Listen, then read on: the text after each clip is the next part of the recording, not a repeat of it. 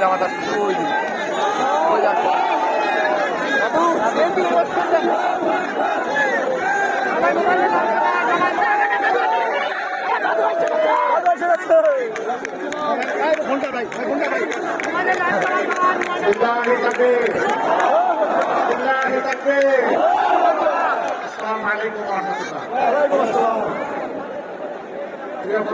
আপনারা কেমন আছেন? আমাদের প্রতিটার টুকরা হৃদয়ের অংশ এই স্মৃতি বিজড়িত পরিবারের ভাই বোনেরা আপনারা ভালো আছে? এর আগে পরে অনেকে শহীদ হয়েছে।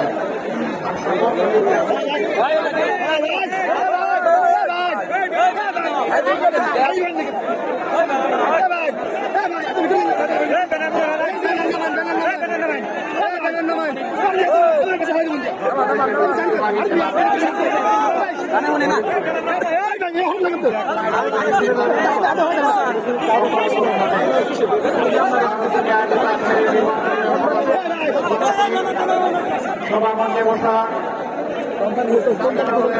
সংগঠনের সম্মানিত নেতৃবৃন্দ,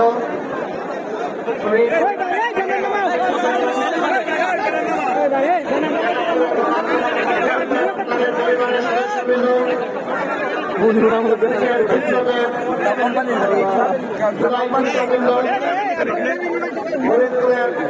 ভাই ও বোনেরা, আজকের এই বিশাল জনসভায় শৃঙ্খলার কাজে নিয়মিত রাষ্ট্রের বিভিন্ন গুরুত্বপূর্ণ বাহিনীর সম্মানিত সদস্যবৃন্দ, একই দায়িত্বে নিয়োজিত প্রশাসনের কর্মকর্তাবৃন্দ এবং সাংবাদিক বন্ধুগণ, ঢাকার বাইরে নির্বাচনী প্রচারণা আর একটা দিন মাত্র আমার হাতে আছে। এটাই মূলত বলতে হবে শেষ দিন। আমি আজকে আপনাদের মাধ্যমে কোনো কাজের সামনে কিছু বার্তা দিতে চাই। সামনে কোনো মাইক আর চলবে না, মাইক বন্ধ করেন। আপনাকে এই দায়িত্ব কেউ দেয় নাই, আপনি বসাবেন উঠাবেন।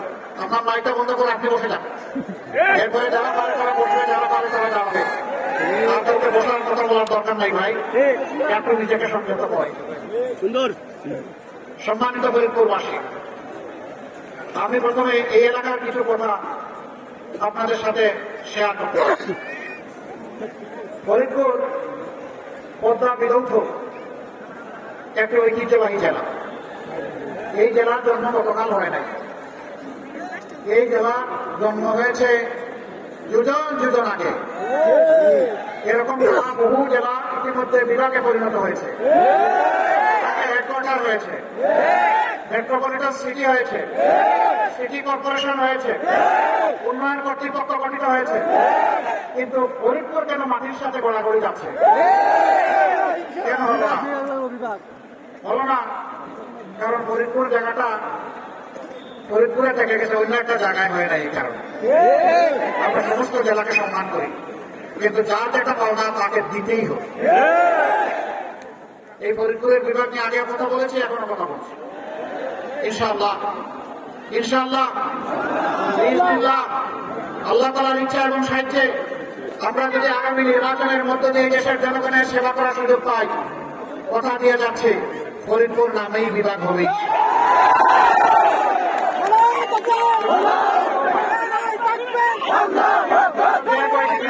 নির্দিষ্ট সুনির্দিষ্ট জায়গার নামে হয়েছে। এটা নিয়ে সৌচাতুরি করার কোনো দরকার ছিল না। এটা নেহায়েত এক ধরনের জিবি মানসিকতা থেকে এটাকে পিছিয়ে রাখা হয়েছিল। ইনশাআল্লাহ এটা আল্লাহর অবদান হবে। এই ফরিদপুর বিভাগ হওয়ার সাথে সাথে ফরিদপুরকে কেন্দ্র করে সিটি কর্পোরেশন হবে, মেট্রোপলিটন সিটি হবে, উন্নয়ন কর্তৃপক্ষ গঠিত হবে ইনশাআল্লাহ। এখন বলবেন যে জেলা কি হবে? অবশ্যই নদী আল্লাহ তাআলার নিয়ামত, কিন্তু সেই নদীগুলোকে হত্যা করে কঙ্কাল এবং মরু মেলানো হয়েছে। আমরা সেই নদীগুলোকে প্রাণ ফিরিয়ে আনতে চাই।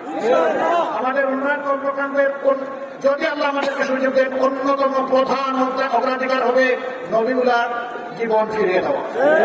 নদীর জীবন যদি ফিরিয়ে আসে, বাংলাদেশের জীবন ফিরে আসবে। এই নদী শুধু পানি দেয় না, এই নদী বহু সম্পদ আমাদেরকে দান করে। সম্মানিত ভাইরা, এখানে মেডিকেল কলেজ হয়েছে কিন্তু পূর্ণাঙ্গ হাসপাতাল হয়নি। অথচ এরপরে বহু মেডিকেল কলেজ হয়ে তার হাসপাতাল গঠন করে অনেক উপরে চলে এসেছে। ইনশাআল্লাহ এই দাবি আপনাদের পূরণ হবে। তবে প্রথম দিনই হবে না, একটু ধৈর্য ধরতে হবে। এখানে পাট উৎপাদন হতো, আগে পাট কল ছিল, সম্ভব আমি জানি। এখন তো সেই পাট কল কুড়িয়ে চলছে, অথবা বন্ধ হয়ে গেছে। না, আমরা জাতীয় যুবকদের হাতে বেকার বাধা দিতে চাই না। আমরা জাতীয় যুবকদের হাতে সম্মানের কাজ তুলে দিতে চাই। কাজ যদি তুলে দিতে হয় তাহলে মিল ফ্যাক্টরি ইন্ডাস্ট্রি বন্ধ করলে হবে? বন্ধ করে চালু করতে হবে, নতুন নতুন মিল ফ্যাক্টরি ইন্ডাস্ট্রি গড়ে তুলতে হবে। যেখানে কৃষি পণ্যের সম্ভাবনা বেশি উৎপাদন হয়, সেখানে ইনশাল্লাহ কৃষিভিত্তিক ইন্ডাস্ট্রি গড়ে তোলা হবে। যেখানে ওইটুকু সুযোগ নেই, সেখানে ইলেকট্রোমেকানিক্যাল ইন্ডাস্ট্রি গড়ে তোলা হবে। আমাদের মূল লক্ষ্য হচ্ছে ওটা বাংলাদেশকে শিল্পে পরিণত করা, পুরোনো ধাঁচের কাজকর্ম থেকে বাংলাদেশকে সামনে নিয়ে আসা। আফসোস 54 বছরে আরো অনেক কিছু আমাদের পাওনা ছিল, সেইটুকু আমরা পাইনি। কিন্তু আমি বলবো না যে কিছুই হয়নি, হয়েছে, কিন্তু তার থেকে 7 গুণ বেশি অসম্ভব ছিল। বাংলাদেশের 1 কিলোমিটার রাস্তা বিগত সরকার আমলে তৈরি করতে, মেরামত করতে যে পরিমাণ খরচ হয়েছে, চীনের মতো দেশ, ভারতের মতো দেশ, তাদের তার চাইতে 7 ভাগের 1 ভাগ অর্থ দিয়ে তারা সেই রাস্তা তৈরি করে। এই রাস্তার টাকা কোথায় গেল? পেটে ঢুকলো, আশ্রয় নিল, খুঁজে বের করবে। আর জনগণ যাদেরকে সরকারি দায়িত্ব দিবে সরকার হিসেবে, তাদের দায়িত্ব হবে ওদের পেটের ভিতরে হাত ঢুকে এসে এগুলো বের করে নেওয়া। সাধারণ জনগণ মানুষের টাকা, আজকে জন্ম নেওয়া শিশুর টাকা, রাস্তার পাশে দাঁড়িয়ে যে ভাই কিংবা বোন ভিক্ষা করে তারও টাকা, এরা সকলের টাকা মেরে এগুলো বিদেশে পাচার করেছে। আল্লাহ আমাদেরকে সাহায্য করলে, শক্তি দিলে, যেভাবে বলছে সেভাবেই ফিরিয়ে আনবো ইনশাআল্লাহ। এই টাকা এনে কোনো নেতা নেত্রীর পকেটে ঢুকবে না। এই টাকা যাবে রাষ্ট্রীয় তহবিলে। সেই তহবিল থেকে ইনসাফ ভিত্তিক যে এলাকা যত আমরা থেকে বঞ্চিত হয়েছে, আগে ওইটাকে উন্নয়ন শুরু হবে ইনশাআল্লাহ। কোনো মামুর খালুর কোনো টেলিফোন আমরা পরোয়া করবো না, কোনো নেতা নেত্রীর মুখ দেখবো না। কোথায় প্রধানমন্ত্রীর বাড়ি আর কোথায় প্রেসিডেন্টের বাড়ি, এটা আমাদের বিবেচ্য বিষয় হবে না। আমাদের বিবেচ্য বিষয় হবে ইনসাফের ভিত্তিতে বাংলাদেশকে সাজানো। ইনশাআল্লাহ তাআলা আজিম কথা দিয়ে যাচ্ছি, ফরিদপুরের প্রতি আমরা বেইনসাফি করবো না। আপনারা শুধু আমাদের জন্য দোয়া করবেন। অতীতে যেমন ওয়াদা পালনের চেষ্টা আমরা করেছি, যেমন জনগণের সুখে এবং দুঃখে পাশে থাকার চেষ্টা করেছি, আল্লাহ বাঁচিয়ে রাখলে আগামী দিনগুলোতেও যেন সেইভাবে দায়িত্ব পালন করতে পারি। ভাইয়েরা এখানে যারা আগে বলেছেন, আমার বন্ধু সংগঠন বিএনপির প্রধান তিনি কিছু কথা এখানে বলে গিয়েছেন। আমি আপনাদেরকে সুসংবাদ দিচ্ছি, আজন্ম আমি আল্লাহর কাছে ক্ষমা চাই, আর আজন্ম যারা আমাকে কষ্ট দেয় আমি তাদেরকে মাফ করে দিই। আপনাদেরকে সাক্ষী রেখে আমি সবাইকে মাফ করে দিলাম। যারাই আমার চরিত্রের উপর আঘাত পেরেছেন, আল্লাহ তাআলা তাদেরকে ক্ষমা করে দিন। আমি যেহেতু ক্ষমা করে দিচ্ছি, আমি আশা করি আমার আল্লাহ তাদেরকে ক্ষমা করে দেবেন। আমি আল্লাহর ক্ষমা পাইতে চাই। মানুষ হিসাবে আমিও ভুলের ঊর্ধ্বে নই। আমি ভুল করলে আমি যেমন প্রত্যাশা করি যে আমার একজন ভাই কিংবা বোন আমাকে ক্ষমা করবে, স্বাভাবিকভাবে আমারও দায়িত্ব হয়ে যায় আমার প্রতি কেউ অবিচার করলে তাকেও ক্ষমা করে দেওয়া। আমাদের এই জায়গাটাকে জেদ মেটানো এটা মানায় না, আর আমার রক্তের সাথে এটা যায়ও না। আপনারা দেখেছেন 24 বিপ্লবের পর 5 তারিখ রাত সর্বপ্রথম আল্লাহর মেহেরবানি আমার মুখ থেকেই বের হয়ে এসেছিল যে আমাদের উপর যারা অতীতে জুলুম করেছে, দল হিসেবে আমরা কারো উপর থেকে প্রতিশোধ নেব না। ফরিদপুরবাসী আপনারা কি বলতে পারবেন যে এই ফরিদপুরে আমরা কারো উপর থেকে প্রতিশোধ নিয়েছি? আমরা নেইনি। এখানে আমাদের নেতৃত্বের বিরুদ্ধে মিথ্যা মামলা দেওয়া লোকেরা ছিলেন, তাদের থেকে আমরা গোলাপের একটা পাপড়িও ঠুকে পারিনি। কেন পারিনি জানেন? আমরা বিশ্বাস করি এই দুনিয়ার বিচারই শেষ বিচার নয়, একটা ডে ফাইনাল জাজমেন্ট, আল্লাহ তাআলা আসল বিচারটি করবেন। হ্যাঁ, একথাও বলেছিলাম যে ক্ষতিগ্রস্ত ব্যক্তি এবং পরিবার তারা যদি প্রতিকার যে আইনের আশ্রয় নেয়, আমরা তাদেরকে সর্বাত্মক সহযোগিতা দেব। কিন্তু সাথে সাথে এটাও সাবধান করে দিয়েছিলাম, সাবধান, মামলা করতে গিয়ে একটা নিরীহ নিরপরাধ মানুষের নাম ঢোকানো যাবে না। আমরা আমাদের কথাই জাতির সাথে রেখেছি। শুধু তাই না, 6 তারিখ থেকে শুরু করে একটানা 20 তারিখ পর্যন্ত 15 দিন সারা বাংলাদেশের মসজিদ, মঠ, চার্চ এবং মন্দির আমাদের লক্ষ লক্ষ কর্মী পাহারা দিয়েছে। যাদের জীবন সম্পদ, বাড়ি, ব্যবসা প্রতিষ্ঠান ঝুঁকিপূর্ণ ছিল, সব জায়গায় আমরা পাহারা দিয়েছি।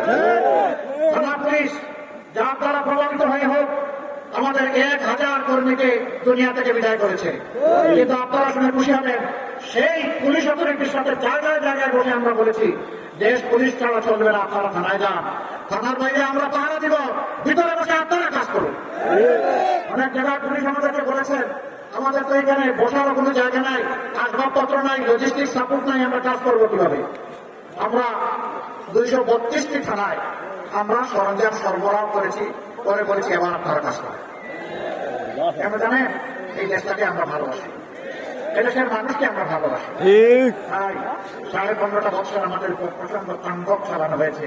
প্রিয় দেশবাসী, দুঃখে থাকি সুখে থাকি, আপনাদেরকে ফেলে আমরা কোথাও যাইনি।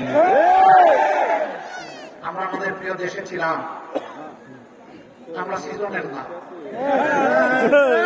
এখানে পয়দা করেছে এই দেশটাকে আপন মনে করতে চাই, এর বাগান হিসাবে সাজাতে চাই। এই দেশে 4টি ধর্মের মানুষ যুগ যুগ ধরে আমরা বসবাস করে আসছি।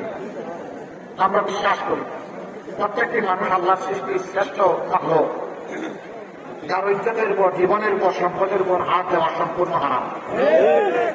আমরা আমাদের কথা রেখেছি।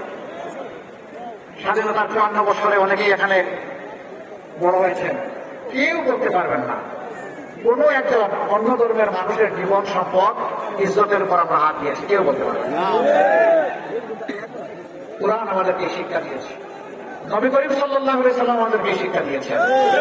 সাবধান, আমাদের ওই ভাই বোনদের জীবন, সম্পদ, ইজ্জত নিয়ে যারা অতীতে বিভিন্ন ধরনের অপকর্ম করেছেন, তাদেরকে বলেছে এই যুগ শেষ। নতুন বাংলাদেশে আর তা চলতে দেওয়া হবে না ইনশাআল্লাহ। 13 তারিখ নতুন একটি বাংলাদেশের জন্য যাতে আল্লাহ তাআলা দেন, এই জন্য আল্লাহর দরবারে দোয়া করি। অতীতের যে বস্তা পচা রাজনীতি, খুন, গুম, হত্যা, ধর্ষণ, লুণ্ঠনের সংস্কৃতি চালু করেছিল, 12 তারিখ দোয়া করে তার জন্য কবর রচনা। ওই রাজনীতি আমাদের যুব সমাজ আর দেখতে চায় না। যুব সমাজকে ওই রাজনীতি দেখতে চাও, তাই না? তাহলে নতুন রাজনীতি চাও? নতুন রাজনীতির সে ভাগ বইতে পারবা? সেই ভাগটা তোমাদের ঘাড়ে তুলে দিতে চাই। এই বাংলাদেশ তোমাদের হাতে তুলে দিতে চাই। তোমরা প্রস্তুত? যুবকেরা আছেন, একটু হাত তুলে দেখি। আমিও যুবক, ইনশাআল্লাহ আমরা বাংলাদেশ করতে পারবো। ইনশাআল্লাহ এই বাংলাদেশে আর কোনো চাঁদাবাজি হবে না, এই বাংলাদেশে আর কোনো মামলাবাজি হবে না, এই বাংলাদেশে দুর্নীতি হবে না, এই বাংলাদেশে আর কোনো অভিশাপ চলবে না, এই বাংলাদেশে আর যুবকদেরকে, শিক্ষিত যুবকদেরকে বেকার হয়ে ঘুরতে হবে না, এই বাংলাদেশে আমার মায়ের গায়ে কেউ হাত দেওয়ার একটু সাহস দেখাবে না, এই বাংলাদেশে শিশু আর অনাদরে অবহেলায় শিক্ষার আলো থেকে বঞ্চিত হবে না, চিকিৎসা সেবা থেকে বঞ্চিত হবে না। সারা জিন্দগি দেশকে, জাতিকে দিয়ে অবসর সময়ে যখন মানুষ বৃদ্ধ হয়ে যায়, তখন যন্ত্রণা নিয়ে আর ভুগতে হবে না। কোথায় আমি একটু চিকিৎসা করবো তার জন্য হাহাকার করতে হবে না। সেই বাংলাদেশটা ইনশাআল্লাহ আমরা করতে চাই। এই বাংলাদেশের সাথে আপনারা থাকবেন ইনশাআল্লাহ তাআলা আজিম। ওই বাংলাদেশ হবে কৃষক, শ্রমিক, জেলে, কামার, কুমার, বুকে, মাঝি, মজুর, সকলের বাংলাদেশ। মানুষ সম্মানিত হবে তার পেশার জন্য, তার কাজের জন্য। মানুষের মধ্যে কোনো বড় ব্যবধান সৃষ্টি করতে আমরা দেব না। আর জাতিকে ভেঙে টুকরা টুকরা করে আর মুখোমুখি হতে দেব না। ওই দিন শেষ, এখন ঐক্যবদ্ধ বাংলাদেশ ইনশাআল্লাহ তাআলা আজিম। জেগেছে বাংলাদেশ, টেকনাফ থেকে তেঁতুলিয়া, রূপসা থেকে পাতুরিয়া, সারা বাংলাদেশ জেগেছে। যুবকরা জানিয়ে দিয়েছে আমরা প্রচার রাজনীতির সাথে নাই। 5টা বিশ্ববিদ্যালয়ে তারা রায় দিয়ে বলে দিয়েছে আমরা নতুন বাংলাদেশ চাই। এই নতুন বাংলাদেশের পক্ষে তারা দৃঢ় অবস্থান নিয়েছে। অভিনন্দন, মোবারকবাদ যুবকদেরকে। আরো বিশ্ববিদ্যালয়গুলোতে নির্বাচন হলে একই চিত্র ফুটে উঠত। কিছু লোক বলে জাতীয় সংসদ নির্বাচন আর ছাত্র সংসদ নির্বাচন এক নয়। আমি জিজ্ঞেস করতে চাই, আমাদের এই সন্তানদেরকে আবার কেন অপমান করা হচ্ছে? তারা কি এই দেশের নাগরিক না? তারা কি এই দেশের ভালো মন্দ বুঝে না? তারা কি এই দেশ নিয়ে চিন্তা ভাবনা করে না? তারা কি একটা সুন্দর দেশ দেখতে চায় না? যারা এই কথা বলেন কার্যত তারা যুব সমাজকে অপমান করে। ইনশাআল্লাহ সেই অপমানের প্রতিশোধ এই যুব সমাজ নেবে। কিভাবে? মারামারি করে নেবে না, বুদ্ধিভিত্তিক ভাবে আগামী 12 তারিখ নেবে ইনশাআল্লাহ। মায়ের জাতি জেগেছে। মায়েরা তারা একটুখানি নিরাপত্তা চায়, ইজ্জতের নিরাপত্তা। মা তার নিজের নিরাপত্তা চান, তার মেয়ের নিরাপত্তা চান, তার জাতির নিরাপত্তা চায়, সেই নিরাপত্তা এখন বাংলাদেশে নেই। যে বাংলাদেশ আমার বাংলাদেশ হতে পারে না, যে বাংলাদেশ আমার মায়ের নিরাপত্তা দিতে পারে না, সেই বাংলাদেশ আমার বাংলাদেশ নয়। আমরা সেই আমার বাংলাদেশটা করতে চাই, যে বাংলাদেশের প্রত্যেকটা নাগরিক বুকের দিকে আঙ্গুল দিয়ে বলবে আমি বাংলাদেশ, এটি আমার বাংলাদেশ। এই কথা যখন 18 কোটি মানুষ বলবে তখন আমাদের রাজনীতি সার্থকতা পাবে ইনশাআল্লাহ। আমরা ওই রাজনীতি ফিরিয়ে আনতে চাই, ওই রাজনীতি আমরা চালু করতে চাই। আজকে মায়েরা জানিয়ে দিচ্ছেন আমরা নতুন রাজনীতির সাথে, আমরা পচা পুরাতন রাজনীতির সাথে না হয়, যার কারণে অনেকের মাথা গরম হয়ে গেছে। ফরিদপুরে এখন চৈত্র মাস, তাই না? ফরিদপুরে কোন মাস? আরো জোরে বলেন কোন মাস? তাহলে মাঘ মাসেই যদি মাথা গরম হয়, চৈত্র মাসে কি হবে? মাথা একটু ঠান্ডা রাখেন। রাজনীতির নাম মাথা গরম নয়, রাজনীতি হচ্ছে নীতির খেলা। আপনি আপনার নীতি নিয়ে আসেন, বক্তব্য নিয়ে আসেন, কর্মসূচি নিয়ে আসেন, পরিকল্পনা নিয়ে আসেন এবং তার সাথে চরিত্র নিয়ে আসেন। আপনার সব কিছু কাজে লাগবে যখন আপনার চরিত্র প্রমাণ করবে যে আপনার বক্তব্য সঠিক। নতুন করে বাংলাদেশের জনগণকে আর কষ্টি পাথরে কষাকষি করে সোনা কোনটা কাটিয়া কোনটা বেচা এটা দেখার প্রয়োজন হবে না। সব কিছু এখন পরিষ্কার।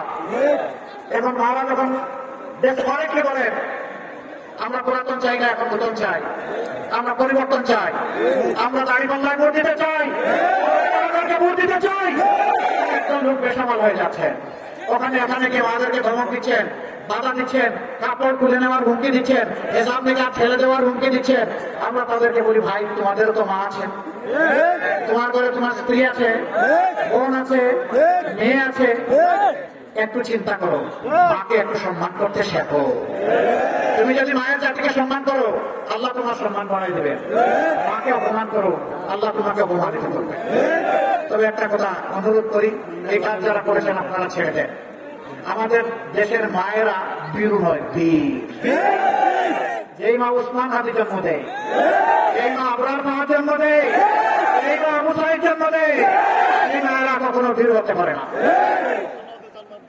সামনে দাঁড়িয়ে জুলাইকে আমাদের মায়েরা মেয়েরা বলে নাই যে সামনে স্বাধীনতা, পিছনে পুলিশ, মৃত্যু কবুল করতে এসেছি, পিছু হটবো না, বলে নাই? বলেছে। সেই মাদেরকে ভয় দেখাবেন না। মায়ের সন্তানদের মৃত্যু হয় নাই, মায়ের সন্তান জীবিত আছে আলহামদুলিল্লাহ। প্লিজ আমাদের মায়ের সম্মানে হাত দেবেন না, জীবন দিতে রাখে আছে, মায়ের সম্মান কাউকে কেড়ে নিতে দিব না। সম্মানিত ভাইরা, 12 তারিখে 2টি ভোট, কয়টা ভোট? একটা গণভোট। গণভোটে কি বলবেন? কি বলবেন? না মানে আজাদি, না মানে গোলামি। আজাদি না গোলামি? আজাদি না গোলামি? ইনশাআল্লাহ আজাদির পক্ষে হাবো, ইনশাআল্লাহ হার বিজয়ী হবে। এই হায়ের জোয়ার আছে বাংলাদেশে ইনশাআল্লাহ। দ্বিতীয় ভোটটি হচ্ছে এই যে আজাদিকে সংরক্ষণ করার জন্য সেই আজাদিওয়ালা দল লাগবে যারা, বা একটা ভোট লাগবে যারা এই দেশটা ইনসাফের ভিত্তিতে চালাবে। সেই ভোটটা ইনশাআল্লাহ এবার 11 লোকে আপনারা আমানত হিসাবে শুনছেন। অতীতে যেমন আপনাদের সম্পদ নিয়ে আমরা কোনো খেয়ানত করি নাই, ভবিষ্যতে সেই আমানত সংরক্ষণ করবো ইনশাআল্লাহ। আমাদের নির্বাচিত প্রতিনিধিরা আল্লাহর হুকুমে যদি নির্বাচিত হন, প্রতি বছর নিজের এবং পরিবারের প্রত্যেকটি সদস্যের আয় ব্যয়ের হিসাব জাতির সামনে পেশ করতে বাধ্য থাকবে। আমরা কাউকে ছাড় দিয়ে কথা বলবো না। আমাদের শহীদরা আমাদের গায়ে পবিত্র রক্তের আমানত রেখে গেছে, সেই আমানতের সাথে আমরা বেইমানি করতে পারবো না। তাদেরকে সম্মান জানাতে হবে, সততা দক্ষতার সাথে এই দেশের মানুষের খেদমত এবং সেবা করার মাধ্যমে। ইনশাআল্লাহ আমরা বিশ্বাস করি চাঁদাবাজি, দুর্নীতি যদি বন্ধ হয়ে যায় তাহলে আল্লাহর মেহেরবানিতে দেশের মানুষের জীবনের শান্তি এবং নিরাপত্তা নেমে আসবে। সম্মানিত ভাইরা, তাহলে ওই ভোটটা যেখানে 11 দলের যে মার্কা দেওয়া হয়েছে, এইটাই আমাদের 11 দলের মার্কা, এটাই 18 কোটি মানুষের মার্কা। আমরা কোনো দলীয় সরকার কায়েম করতে চাচ্ছি না। আমি বলেছি, আবার বলছি, আমি জামাত ইসলামের বিজয় চাই না, আমি 18 কোটি মানুষের বিজয় চাই। সেই বিজয় অর্জিত না হওয়া পর্যন্ত আমাদের লড়াই চলতে থাকবে ইনশাআল্লাহ। মহান আল্লাহ আমাদেরকে সাহায্য করুন। আমরা থাকবো না, আমরা চলতেই থাকবো ইনশাআল্লাহ। যে বাংলাদেশে আরো কর্ম করতে কাউকে দেওয়া হবে না, দেওয়ার অপকর্ম করার কোনো সুযোগ থাকবে না ইনশাআল্লাহ। সমস্ত মানুষ আনন্দের সাথে, শান্তিতে, নিরাপদে ইনশাআল্লাহ যে বাংলাদেশে বসবাস করতে পারবে সেটা হবে আমাদের বাংলাদেশ। ওই বাংলাদেশটাই আমরা করতে চাই। আর ওই মুক্ত সত্য এগুলা করে জবাব আমি দিতে চাই না। এই হাজারো লাখো মানুষ আপনারা কি সবাই গুপ্ত নাকি? বললেই আমরা গুপ্ত হয়ে যাবো? এগুলো ফেলে দেন, এগুলো পুরানো কাশুন, এগুলাতে কিছু আসা যায় না। তারা বলেছেন যান, এইটাও তাদেরকে মাফ করে দিলাম, যান, এটাও রাখলাম না। কে লড়েছে অন্যায় অসত্যের বিরুদ্ধে, কে জীবন দিয়েছে, কে আস্তে আস্তে ফাঁসির কাছে গিয়েছে, এদেশের জনগণ তার সাক্ষী। কোনো প্রমাণ দেওয়ার আমাদের দরকার নাই, আল্লাহ প্রমাণিত। আল্লাহ যেন ভবিষ্যতে হকের পর মজবুত ভাবে আমাদেরকে দাঁড়িয়ে থাকার তৌফিক দান করে। এবার আমি ইসলামের প্রতি দাঁড়িপাল্লা দিয়ে শুরু করছি। ফরিদপুর 1 আসন, আমি ঘোষণা দিয়ে দিই। হ্যাঁ, ঘোষণা দিয়ে দিই। না, ঘোষণা দেওয়া লাগবে না। ফরিদপুর 1 আসন এখানে। ও, একটু আমরা দিয়ে আসলাম। এরপরে 2 গেল কোথায়? কেন রিক্সা আমার প্রতি আসেন, রিক্সা নিয়ে আসেন।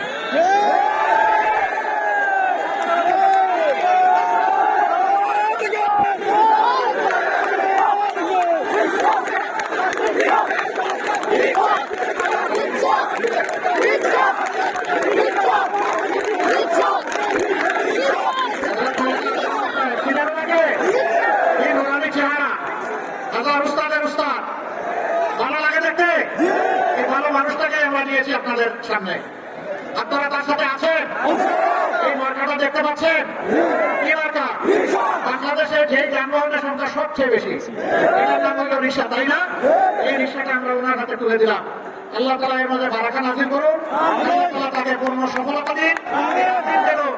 সংসদে দাঁড়িয়ে বলতে পারেন আর কোন আলিম করতে দেওয়া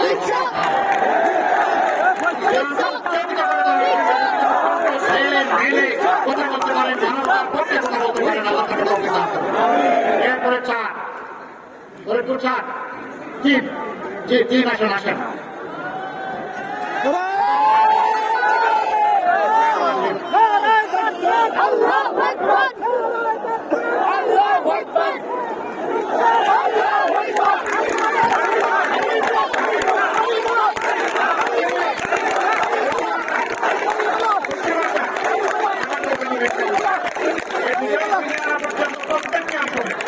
রিক্সা হোক আর পাল্লা হোক, সব মিলে আমরা চাই এখানে আমরা সমান তালে লড়ে যাবো ইনশাআল্লাহ।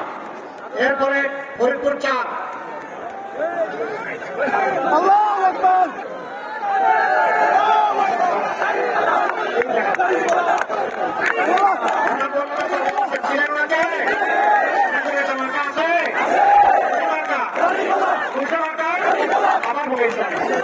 এরপরে রাজবাড়ি কোথাও 2 নাকি?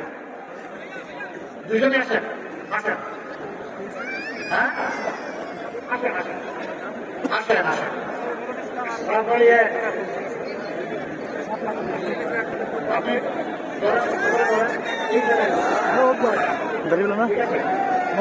মাথা আছে কোথায়? রাজবাড়িতে কোথায়? ইনশাআল্লাহ আল্লাহ জয় হবে, ইনশাআল্লাহ ইনশাআল্লাহ। এই কোথায় ধরুন ইসলাম সাহেব, আপনাদের আমার জামাই কিন্তু অনেক সময় ছেলেকে যে মানুষ জামাইকে বেশি ভালোবাসে না, জামাই জন্য সবাই ভালো করে দোয়া করে দেবেন ইনশাআল্লাহ। এরপরে তারপরে 2 মাশাআল্লাহ, মাথা দেখতে পাচ্ছেন ইনশাআল্লাহ 12 তারিখ জিতে যাবে 7 লাখ মাশাআল্লাহ।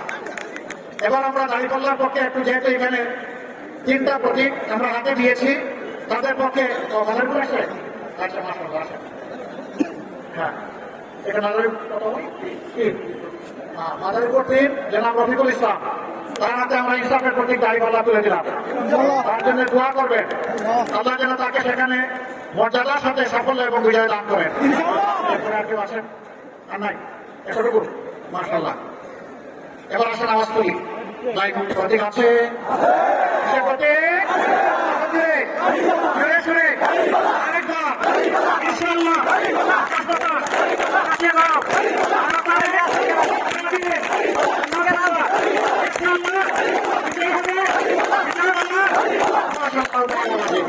এবার বিদায়ের পালা। লিল্লাহি তাকবীর, লিল্লাহি তাকবীর, ইনকিলাব ইনকিলাব, জিন্দাবাদ জিন্দাবাদ, ইনকিলাব জিন্দাবাদ।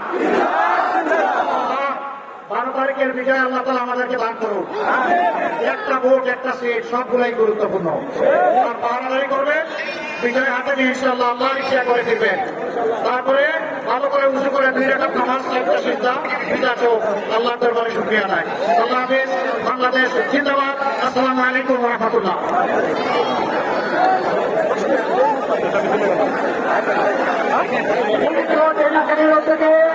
আজকের এই জেলা সমুদ্রে আগত আমাদের সংগ্রামী আমিরকে আমাদের অভিনন্দন, আমাদের পক্ষ থেকে শুভেচ্ছা, অন্যান্য লোককে শুভেচ্ছা।